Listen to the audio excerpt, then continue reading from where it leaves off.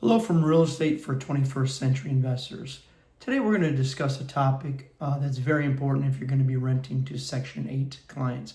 Now, if you're buying older homes that are pre-1978, you will have a big issue with lead. So if the windows are not vinyl or if they have peeling or cracking paint and there's lead, you'll have a big issue. You'll never get your lead certificate.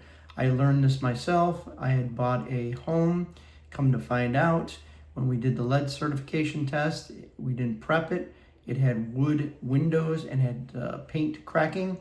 Lo and behold, it ended up failing. After that, I cannot redshirt as a rental property.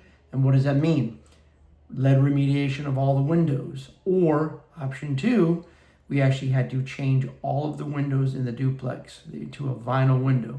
Now after that, you need to then do a follow-up lead test. And you need to be able to pass that. So there's a lot of things that you need to be very aware of. You cannot register properties in, for example, Ohio if you do not have a lead certificate.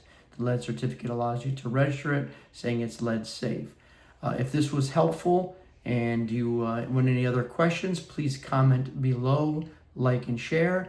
But this is one major pitfall you have to be aware of if you're going to rent in the Northeast. And a lot of these homes that are pre-1978, if they have peeling paint or lead issues, you will fail. You will not be able to register that as a home to be able to Section 8 it.